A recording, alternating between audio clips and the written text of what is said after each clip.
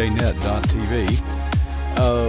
It is 9:35 and we are on the air. You are watching our bumper, which is running, and we are recording, we are streaming, and we are ready. Let's start a countdown to Studio 17.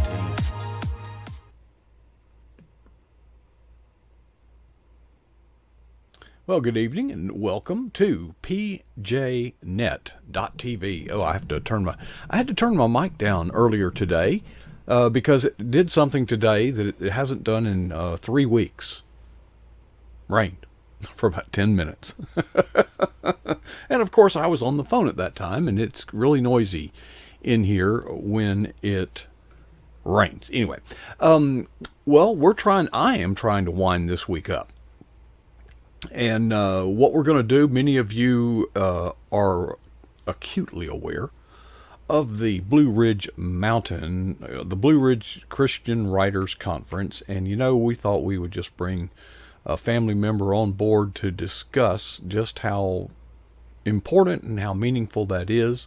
And we have Katherine Pasour standing by. But I forgot to add her to the studio. So give me a minute to put her picture up here, and I'll adjust it as we go, kind of on the fly. Good evening, Katherine. How are you doing tonight? I'm doing great, Mark. How are you? Well, you didn't know you were going to be on television tonight, did you? No, I didn't. And I've got on my workout T-shirt, and I was just getting ready to wash a load of clothes that I brought back with me from the Blue Ridge Mountain Christian Writers Conference. But it was an awesome conference. It was just wonderful. The weather was perfect. The food was good. The people were wonderful. I got to see a lot of our PJNet family while I was there. And I got to see a lot of them win awards. It was just a wonderful week all the way around. So how many journeys to this conference have you taken? I was trying to remember that. I think it's 8. So you're an old pro at this. Well, I'm an old pro at going, yes. Okay. The first year you go, they use the metaphor like drinking from a fire hose, and it's true. You get just bombarded from every direction with all these things that's going to make your writing better, and it will, if you can absorb it all, but it's just impossible. But the teachers the faculty is just great. And one of the most wonderful things about this conference is everyone wants you to succeed. It's not that we're not competitive against each other. We're just thrilled when somebody else wins an award and gets a contract or gets an agent. It's such a supportive and loving environment. It's just wonderful. Not typical of society in general, It's just great to be in a group of people that love each other and want each other to succeed in our dreams and aspirations. It's just a wonderful family atmosphere, like PJNet, just bigger. Yeah, it's and now having been so many times, when you go, certain people stand out. They draw attention, and then. The next year you see them, and the next year, and then they just vanish. And I call them 90-day wonders. 90 days later, you wonder, where'd they go? Have you seen a lot of, is it like a revolving door? Is there new players coming onto the forefront all the time, or is it just a growing group of people? It wasn't quite as big this year as it has been, even though it was larger than they expected due to the fact that North Carolina relaxed their restrictions just this past month. But in answer to your question, there's always new and young folks coming in, or people like me that retired from their full-time job and are taking on other responsibilities and want to succeed in our writing dream. So there's always new folks coming in, but sometimes people just, health conditions might keep them away, because a lot of writers are like me. They're getting a little older in their years. But for others, sometimes, well, I didn't point my finger at you. I just said me. But others get discouraged because it's such, it's a dream that is also dependent on other people, but very much dependent on your willingness to keep trying and keep trying and keep trying, because the very few people that write something and then immediately find an agent or a publisher that is interested in their Mm-hmm. work. Mm-hmm. Usually you find somebody that says, well, it's not a bad idea, but, and then that but can mean so many things. Either Yeah. you needs a lot of polishing, or either your platform is not big enough, which you don't have enough foundation. The publishers think, to reach a great number of people so that you can be successful in your sales. And of course, the bottom line for a publisher is this book going to be successful? So that's And that's a sad and brutal reality, isn't it? Because so many writers feel and believe, not just feel, but sincerely believe, that God purposed them to write it, and my heart just goes out over and over and over. I mean, this is a thought that keeps bubbling up back to the top of my mind: is how do we encourage, how do we sustain those people? Because if we don't, Catherine, sincerely believe that sooner or later that impatience will turn into anxiety, and that anxiety will turn into anger, and that anger will turn into rage. It's a slippery slope. And we need to hold each other's hand and say, look, if you're in obedience with God's work, your day's coming, but you're going to have to stay standing absolutely. up.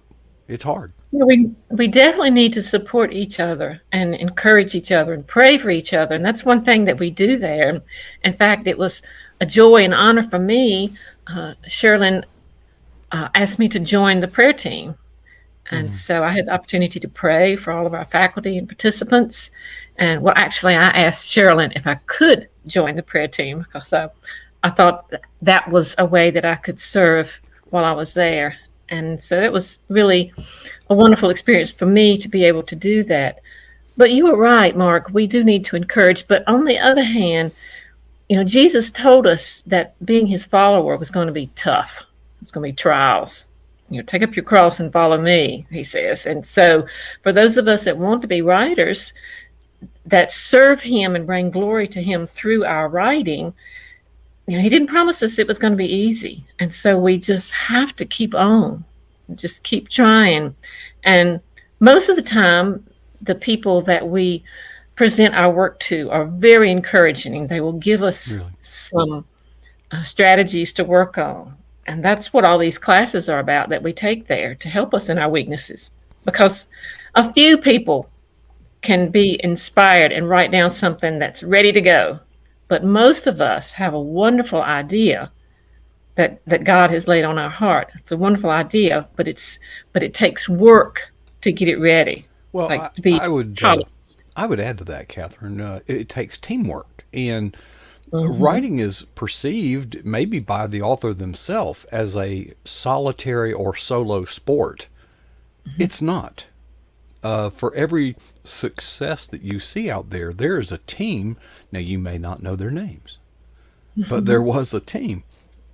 I was so encouraged to see so many familiar names, not just on the stage receiving awards, but just being there and representing PJNet, furthering the kingdom of God by whatever they have to offer.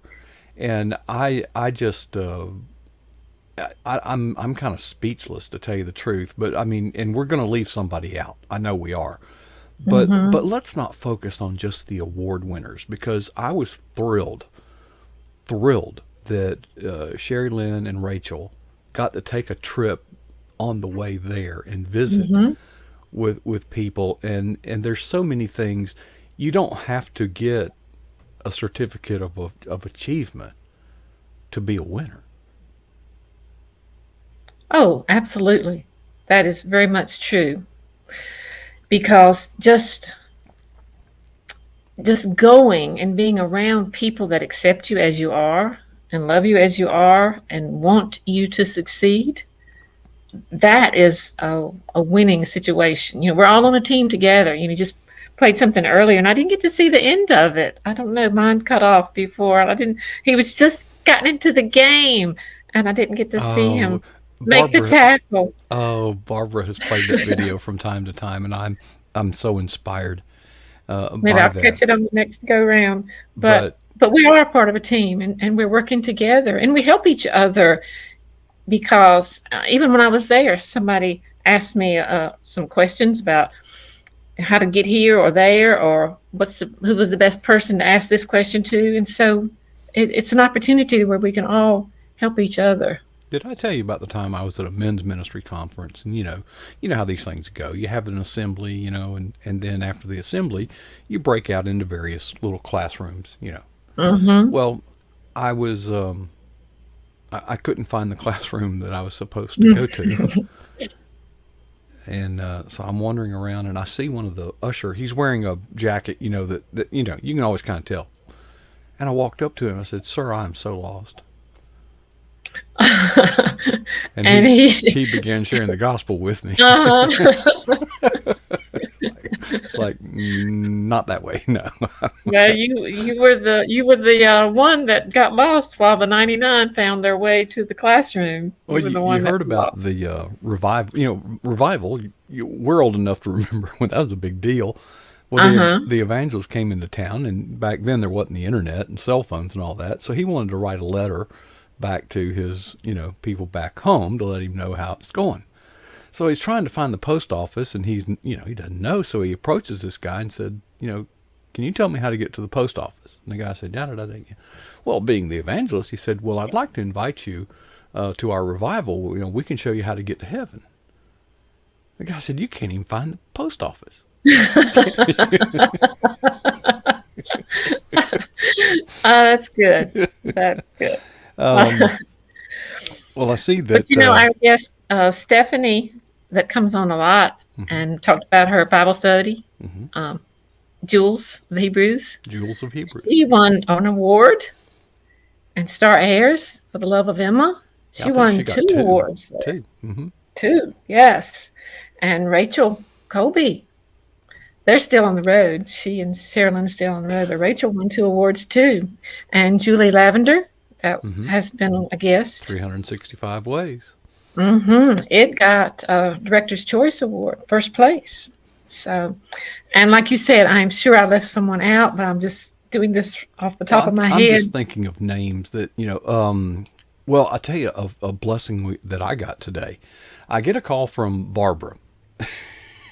And Oh, but she got visitors today, didn't she? she got more than that. I got a little surprise out of it. Doug. I know it was Sherry Lynn, but also And Doug. Barbara Poor. Am I doing? It escaped. Well, I know the last name is Poor, Poore. Joined them there at the Cracker Barrel. Well, Doug must have been there. I'm pretty sure because I think he was going. I was kind of embarrassed because she said I've been knighted. You've been knighted into the PJNet family. I mean, you are the the matriarch of the PJNet family. What do you mean?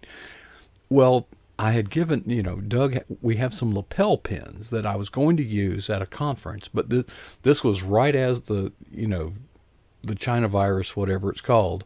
Well, the pins are actually made in China. So they were delayed.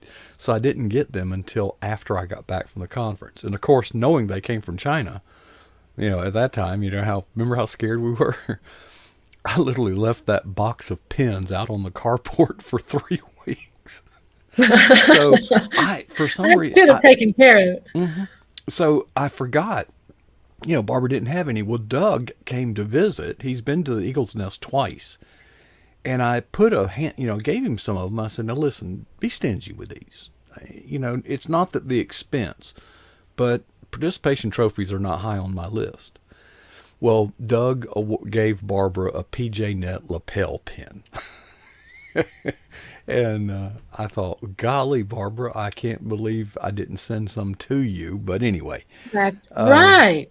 It had to yeah. come from Doug. Well, Hmm.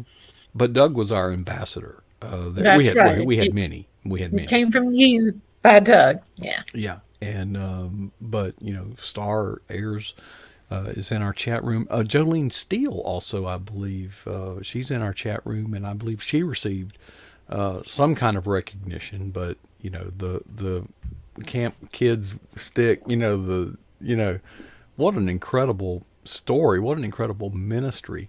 I wish somebody like, Jack was on our program last night. I really wish he could be there, because those behind the scenes people, I don't think they get enough. Well, they're behind the scenes by definition. They don't get a lot of recognition. Well, unless of course something goes wrong, and then the spotlight just pans over right on you, and there's no. But Jack's an illustrator. If he were to illustrate a book, he would get recognized. I would hope so. Maybe he will do that. He is amazing, and are he and JD working together on a book? That's my understanding. But good. When we first encountered Jack, he seemed to have kind of some time on his hands. But no sooner do we start dreaming these dreams, he gets gig after gig after gig. And I told him last night, I said, man, we're all in if you want to do it, but if you need to chase the chase the dream, do it, because you got to strike while the iron's hot. Make hay while the sun shines. How's your farm doing? Well, I've been away from it for 5 days, but it's doing. We need some rain. Send that rain that you had up this way. You know why it hadn't rained? I put out sod, and I also seeded the centipede. And it rained one time for about 10 minutes in the past 4 weeks. And that, right. I mean, here in Florida, at 2 o'clock, 3 o'clock in the afternoon, it's supposed to rain. I mean, it just does in the summer, in the hot days. And it's way north of 90 out there. And of course, I know it's hot because our air conditioner broke down over the weekend, of course, Well, and you're watering your sod often, so you're supporting the water company. Well, yeah, and one of the guys working on the team, the construction guys, I actually went to school. The guy that's the head of the construction company, his older brother and I played football together, and he was a little bit younger. He's behind me, but his crew is just exceptional. And they were asking, because we run the water. I mean, I've got 4 zones, and I've got this little thing you buy, you hook up 4 hoses to it, and you program it to cycle through, And he's saying, well, how much is your water bill? I said, well, put it this way, it's doubled. And he said, well, you need to call the city. I said, for what? I used the water. He said, no, call them and tell them what you've been doing. Because they charge you sewage based on how much water you use. Oh, and it's not going into the sewer; it's going into the ground. Right. Good job there. I thought, I never thought of that. For your friend, yeah. Yeah. Because they might think you just have a leak, which would be going into your... And in which case they don't care, I mean, you use the water. But... not enough. So I think I will call ahead of time, because there's no break in sight. We got a little 10-minute reprieve, but at least I don't have animals to feed. I mean, JD's on the road taking care of his wife, and you've been on the road. In fact, this has been a tough week here at PJNet because people are on the road, and everybody was waiting to watch the award ceremony, but something happened and the live stream didn't happen. So it didn't. No, it didn't. No, it didn't. And but it's funny because on YouTube you could go there. There wasn't any video, but you could participate in the chat on YouTube. So, but it was probably one of those things. I mean, I've had my share of technical problems here, and so often you don't know what happened, or at least you don't know right then. But you're going to get back to normal now. So feeding the livestock and doing the exercise. We're going to try, yes. Trying to get some work done on my house. Staying really busy with that. But working in my yard. That's my therapy. JD has got out while I was gone. If JD's in the chat room, tell him my horses got out while I was gone. Uh-oh. Well, JD has had a surplus of water. And I'm thinking, could we work something out? Because he's at this point starting to get concerned that he won't be able to plant the grass seed. You can't float that stuff on water and expect it. No, it's not a hydroponic. Have trouble with decay too. It rains too much, your hay falls flat to the ground, and Hmm. you can't get it up to cut it. But they will probably change there quickly too. How was You've been so many times. Is it the same every time, or is there always something stand out? There was something different about this one. I think this is the best one I've been to. It could be that I had some really good appointments and some really strong encouragement for a couple of projects that I'm working on. And then I think the other reason probably was because people were so happy to be out and about and not wearing masks Hmm. and being able to hug one another. I think it was just such a joy. I think we did not realize how much we missed being with people until we couldn't. And that was really a wonderful joy to fellowship and to have worship where we could sing. Ah, that was great because we haven't been able to sing in my Y'all can church sing for all a you year and want a to. half. Pardon? Y'all can sing all you want to. You're not a Well, I well, I but grew you, up in radio, and I kind of overdosed on the music thing, and it was good. But my wife and I were just talking tonight about the impact of this pandemic or whatever. But nothing's going to be the same. But it's not all bad. Now that's right. she got a call from her friend who is staying in Orlando, and her friend commented that she's staying at this big hotel. There's nobody there. Well, hotels, that's kind of expensive venture, and it takes a lot Mhm. of money to pay the bills. And her friend was worried about the economic impact because how conferences, these hotels are host to a conference. And we were kind of discussing that. And this doesn't typify Blue Ridge at all, but at the same time, the whole conference modality, the conference is a magnet, and it's people go to the conference, but there's so many others that are economically benefiting from that conference. Mhm. And in so many cases, these conferences in the secular world, I've been to many.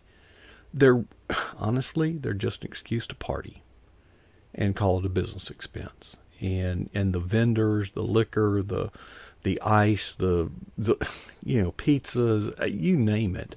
But there's a lot of economic activity, for better or worse, surrounding the conference itself, and those people are impacted. But at the same time, because we had to, we've started going online, and we're finding that we can reach more people cheaper online than we can. But then you miss that social interaction Mhm. that we all not only cherish, but I would argue that we need it. It's a We do need it. basic human need, and it's good to know that people can get together and shake hands and hug and just be human Mhm. for a change.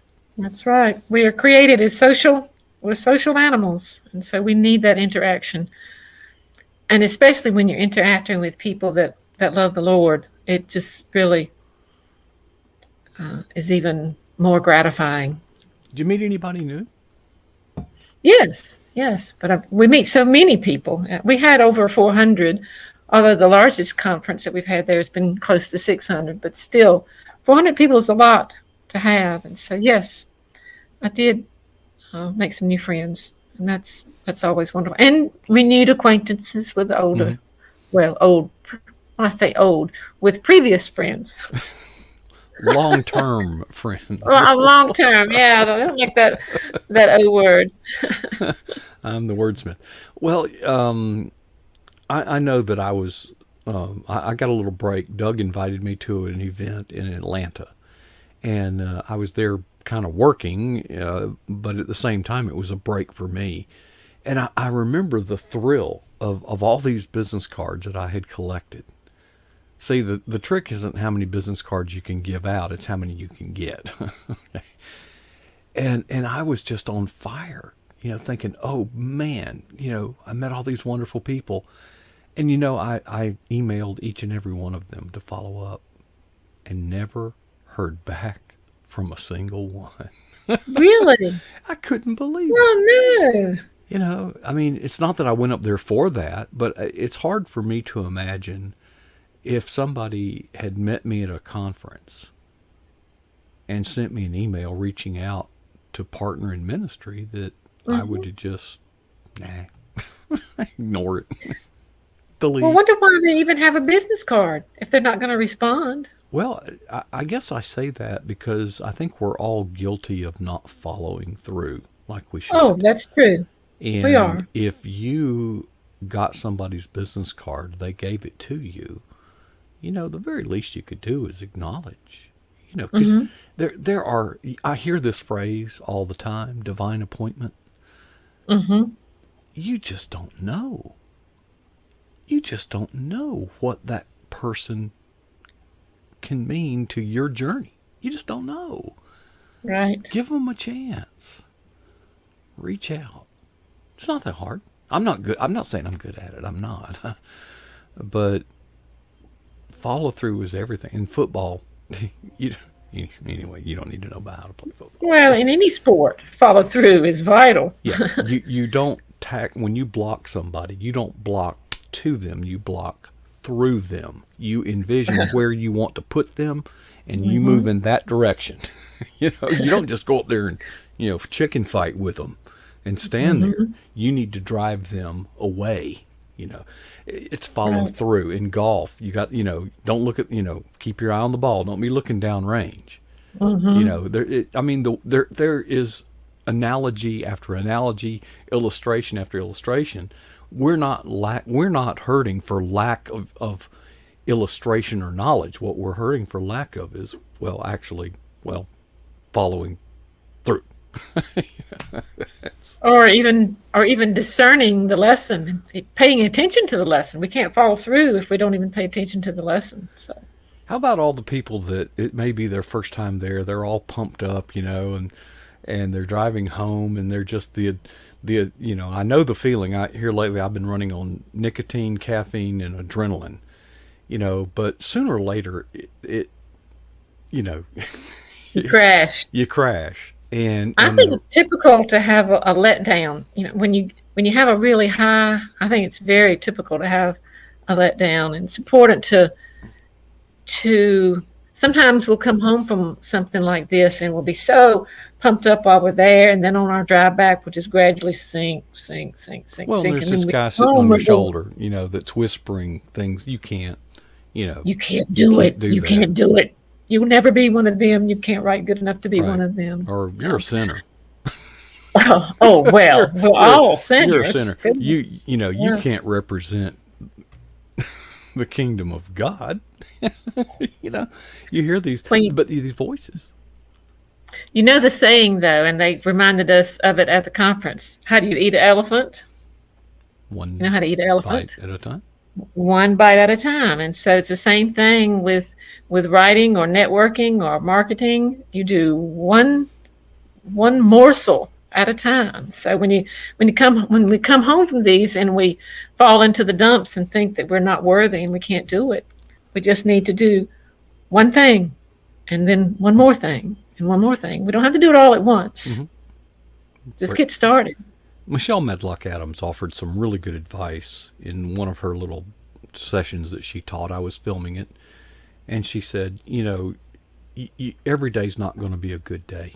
You're going to have bad days, Absolutely. but you can always do something to move forward. Just move forward, just one step, and it's that consistent effort. But so many people, they've become discouraged, and the more discouraged you become, the more you need that grand slam home run, the more you need that Hail Mary touchdown pass. And I was just having this conversation earlier today. The teams that win by Hail Mary touchdown passes in the last second of the game are not championship teams typically. They're few and far between too. And, right, because you shouldn't be in that position. You shouldn't be behind with seconds left on the clock and depend upon, unless of course you're Notre Dame, and that's the way they always win in the last minute. But but we cling to that hope, and the truth, the practical reality is that most games are won by consistent 3 yards up the middle in a cloud of dust. Mm-hmm. You got to slog through it. And I've been spending many a night, and I'm in the studio and I look at the window and it's daylight outside and I realize I've been slogging it out all night. But if you're really on fire about what you're doing, you don't notice it. You just Mm-hmm. but at some point your body says enough. Uh-huh. You Time must out. rest now. Yeah. Even if it's, and Michelle's advice is great about moving forward, even if it's just one tiny step at a time, Hmm. just moving forward. Same Yeah. with your an analogy about the blocking. You Yeah. push forward. You might not push them all the way down 20 yards down the field, Yeah. but you might push them far enough. Well, another thing we did in football practice was called the 40-yard wind sprint. Okay. Oh, And yeah. it's a real simple drill. Well, here's the way we did them is when you run that 40 yards, if anybody on the team pulled up and didn't run through that 40, well, that one Hmm. didn't count. And everybody had to do it again. We all have to do that one didn't count because so and so Uh-huh. pulled up. Uh-huh. And because you can hear by the footsteps, are you running through it? You don't Hmm. run to it, you run through it. And but follow through is important. So for those of you who are still maybe on that high, or maybe just coming down off of it, hopefully you collected some business cards. Reach out to somebody and encourage them because they are feeling it too. And I think we all need to offer any encouragement that we can. We have so many encouragers. I can't help but notice Rachel's in the chat room, and she's one of those Well, encouragers. good. Good. She Congratulations. Yeah, she is unbelievably. But anyway, all right. Well, Catherine, thank you so much for sharing. I'm glad that we had a firsthand correspondent on the scene to bring us the news from the conference since the live stream didn't exactly work. Okay. Well, again, I'm sorry if I omitted anyone, but I would ask for your prayers, those of you in the chat room, or if you hear this later on, that you'll be in prayer for Christian writers, that they have a calling from God to write to His glory, and we need your prayers.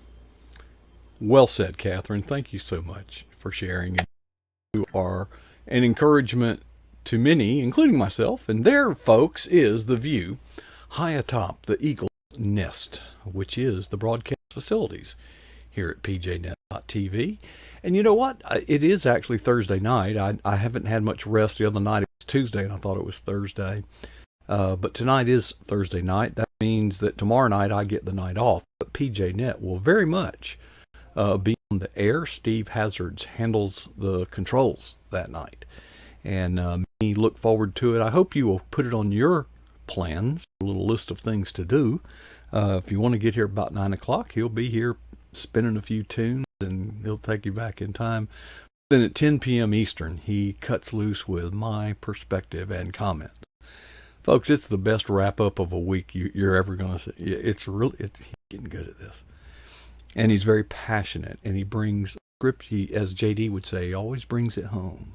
He brings the scriptural perspective on the events of the week. And we are proud. We have got a really good team. We have really got a good team. It's not a big team. It needs to be bigger. Oh, that reminds me, since it's just us, I keep forgetting to bring this up, but I would like to ask a favor of you.